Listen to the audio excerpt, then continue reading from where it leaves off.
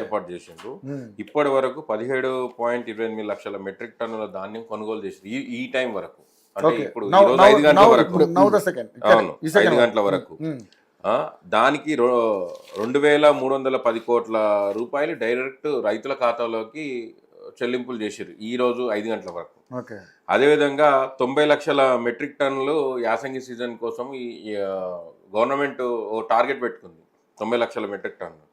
అదేవిధంగా ఇప్పుడు తడిచిన వర్షానికి 2.63 లక్షల టర్పాలిన్ అవి ప్లస్ 18.50 కోట్ల గన్ని బ్యాగులు ఆల్రెడీ ప్రభుత్వం సిద్ధం చేసింది, ఇచ్చింది, డెలివరీ కూడా చేసేసింది. ఇక్కడికి 8,575 కేంద్రాలు అండి. మేము 9,500 అండి మేము ఉన్నప్పుడు. ఇక మీరు మీకు ఏమంటారు, మీరు 10 ఏళ్ళు వాళ్ళు ఇచ్చారు కదా, మీరు రవి గారు రాజకీయం ఏమంటున్నా ఈ రోజు ఈ టైంకి నేను చెప్తున్నా, నేను యాసంగి గురించి మాట్లాడుతున్నా, నేను యాసంగి సీజన్ గురించి మాట్లాడుతున్నా. ఇగో నేను మాట చెప్తున్నా, రైతు బంధు ఇచ్చినాం మీరు ఇవ్వలేదు, నువ్వు నాశనాలు ఇవన్నీ మాటలు మేము మాట్లాడితే వేరేలా ఉంటది. ఫస్ట్ మన ఇల్లు చూసుకొని పక్కింటి మీద పడాలి, ఫస్ట్ మన ఇల్లు చూసుకోవాలి. మన ఇంట్లో పంచాయతీలు తీసుకొచ్చి ధర్నాలు చేసి రాష్ట్రాలు చేస్తానని అర్థమైందా? ఏం మాట్లాడదాం మీరు? నిన్న నువ్వే అంటున్నావు రైతులను ఇబ్బంది పెడతారు, మళ్ళీ మీరెందుకు సభ పెట్టిరు? నిన్న వరంగల్ సభ ఎందుకు పెట్టారు? మళ్ళీ మీరు దానికి సమాధానం చెప్పాలి కదా. మీరు రైతు బంధు ఇవ్వకుండా పెట్టాం, మీరు రైతు బీమా ఇవ్వకుండా పెట్టాం. అది కాదు కదా సమస్య పరిష్కారము, అది కాదు కదా సమస్య పరిష్కారము.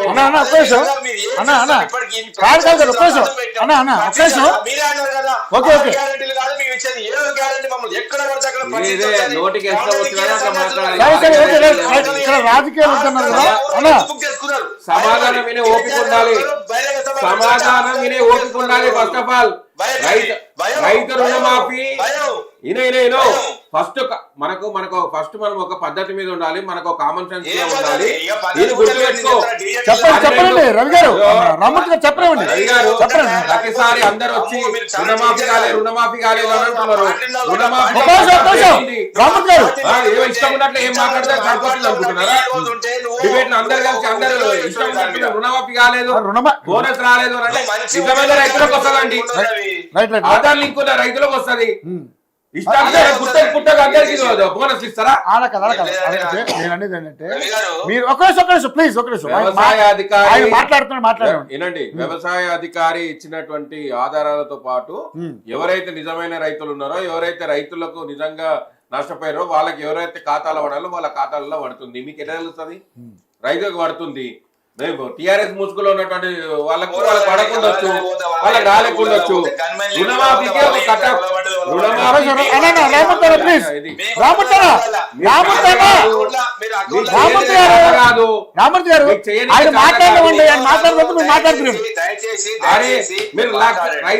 రైతుల పక్షాన ఉన్నటువంటి పార్టీ అన్నారు వాళ్ళు. రైతుల సమయంలో రైతుల గురించి నేను మంచిగా మాట్లాడాలనుకుంటున్నా. రైతులు మంచి కోరుకుంటున్నా, ప్రభుత్వం వాళ్ళకి ఇచ్చిన హామీలు చేయాలని కోరుకుంటా. దయచేసి నాకు తెలియదు అన్నా. ఓకే, నేనేమంటానంటే అన్న ఓకే సార్ అన్న, హలో ఉండండి ఒక నిమిషం. నేనేమంటానంటే ఆయన మాట్లాడి అయిపోయిన తర్వాత మీరు దానికి వివరణ ఇస్తే బాగుంటుంది అన్న. మీరు ఆయన మొత్తుకుంటే అలా కాదు, మీరు ఆయన అదేనే మీరు కాదన్నా, మీరు ఆయన మాట్లాడితే అవుతుందంటే జనానికి ఆ మెసేజ్ పోదు. ఇంకొకటి ఓకే ఓకే ఓకే ఓకే మీరంతా 9,000 కొనుగోలు కేంద్రాలు పెట్టాం, ధాన్యం తడిసింది కొన్నాం, తడవంది కొన్నాం.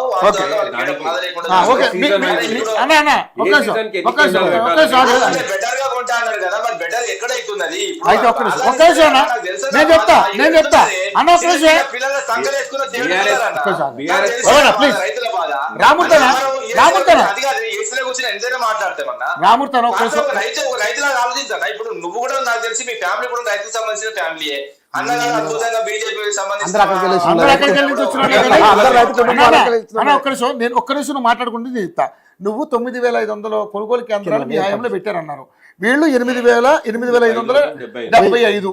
అంటే ఎంత నాకు తెలిసి ఏ సీజన్ కి బట్టి ఆ సీజన్ ఓకే రైట్ అన్న అయితే అన్న ఒక్క నిమిషం ఈ సీజన్ కొనేదే ఇప్పుడు ఈ సీజన్ సరే ఓకే అన్న అయితే అన్న మీ హయాంలో అన్న నేను మీకే రామూర్తి గారు అన్న చెప్పండి 2023-24 ఖరీఫ్ సీజన్లో ఇది మీరు హయాంలో మీ పార్టీ అధికారంలో ఉన్నప్పుడు ఓకేనా 2023-24 ఖరీఫ్ సీజన్లో రాష్ట్రంలో 10,415 కోట్ల విలువైన ధాన్యం మీరు కొంటే 2025-26 రబీలో కాంగ్రెస్ ప్రభుత్వం ఏకంగా 21,501 కోట్లు ధాన్యం కొనుగోలు చేయడానికి రెడీగా ఉందంటున్నారు వాళ్ళు ఉంది సో అవకాశం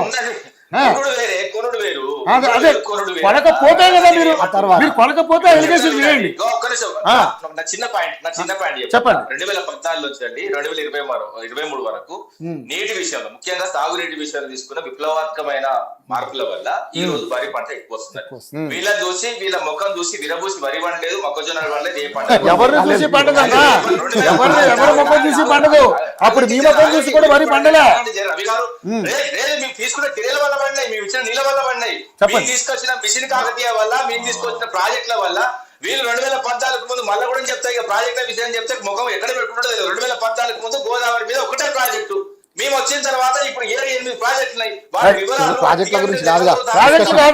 ప్రాజెక్టులు తీసుకున్నా కూడా నేను చెప్తున్నా మొత్తం భారతదేశంలో నీటి విషయంలో తీసుకున్న దానికి తెలంగాణలో తీసుకున్న నిర్ణయాలు బెస్ట్ అని వాటర్ సప్లై సంబంధించిన వాటర్ మ్యాన్ ఆఫ్ ఇండియానే చెప్పిండు ఇంకోటి చెప్పాలి వీళ్ళకి ఐక్యరాజ్యంతో మెచ్చుకున్నది ఇవన్నీ వద్దండి ప్రజెంట్ మన రైతుల గురించే మాట్లాడుకుంటూ కళ్ళాల్లో ఉన్న రైతుల కన్నీళ్లు వద్దు వాళ్ళను భరోసా ఇవ్వాలి వాళ్ళ ధాన్యము పచ్చి గింజ కొట్టాలి ప్రభుత్వం చెప్పట్లేదు చెప్పిన వాడిని వాటి నీటి మూటలే తప్ప అక్కడ వాస్తవంగా గ్రౌండ్ లో లేదండి పరిస్థితులు ఉన్నాయి నేను చెప్తున్నా చిన్న ఏడుస్తున్నారు ఇబ్బంది పడుతున్నారు వాళ్ళ తల్లిదండ్రులు మార్కెట్ పోతే తిరిగి రావట్లేక వరి ధాన్యం గాని మొక్కజొన్న గాని అమ్ముడు పోక పరిస్థితి అఘోరమైన పరిస్థితి ఉన్నది రైతు ప్రభుత్వం కాదు మళ్ళీ చెప్తున్నా రైతుల ప్రాణాలు తీసే ప్రభుత్వం రైతుల బలిపెట్టుకునే ప్రభుత్వం తప్ప ఇంకేగా మీరు ఒక్కొక్క నిమిషం అట్లనే స్టడీగా ఉండండి మాట్లాడతారు చెప్పండి రన్నింగ్ కామెంటరీలు వాళ్ళే చేస్తారు ఈ రోజు రైతు ఆయన వెళ్ళిపోయాడు ఆయన రన్నింగ్ కామెంట్ చేసి వెళ్ళిపోయాడు మీరు చెప్పండి వినండి రైతుల పక్షాన రైతులకు ఏం చేయాలనేది కాంగ్రెస్ పార్టీ కృతనిశ్చయంతో పనిచేస్తుంది రుణమాఫీ మీద మీకు ఇప్పటికీ నేను చెప్తున్నా ఈ డిబేట్ తోన లాస్ట్ పాయింట్ మళ్ళీ చెప్పాం దాని గురించి రుణమాఫీ అనేది అర్థం చేసుకోండి దయచేసి అందరూ రుణమాఫీ అనేది 12 డిసెంబర్ 2018 నుంచి 9 డిసెంబర్ 2023 వరకు తీసుకున్న ప్రతి ఒక్క రైతుకు రుణమాఫీని పూర్తి చేసింది ఈ కాంగ్రెస్ పార్టీ ప్రభుత్వము. అంతకుముందు కేసీఆర్ ₹1,00,000 వరకు 5,000, 10,000, 15,000, 20,000, 35,000, 45,000 చొప్పున వాళ్ళు రుణమాఫీ చేసిండ్రు వాళ్ళు. అది రైతు ఏడ్చి గగ్గోలు పెట్టి కడుపులో ఆకలి అంతా పోయిన తర్వాత మంట మండి అదైపోయిన తర్వాత బొగ్గైన తర్వాత ఇచ్చినటువంటి రుణమాఫీ అప్పుడు. ఈ ప్రభుత్వం ఏకకాలంలో 12 డిసెంబర్ 2018 నుంచి 9 డిసెంబర్ 2023 వరకు తీసుకున్నటువంటి ప్రతి రైతుకు ₹2,00,000 రుణమాఫీ చేసింది. దీని విషయంలో మీరు ఎక్కడైనా కూడా ఏ రైతు కూడా రైతులకు తెలుసు, రైతు క్లారిటీ ఇదొకటి.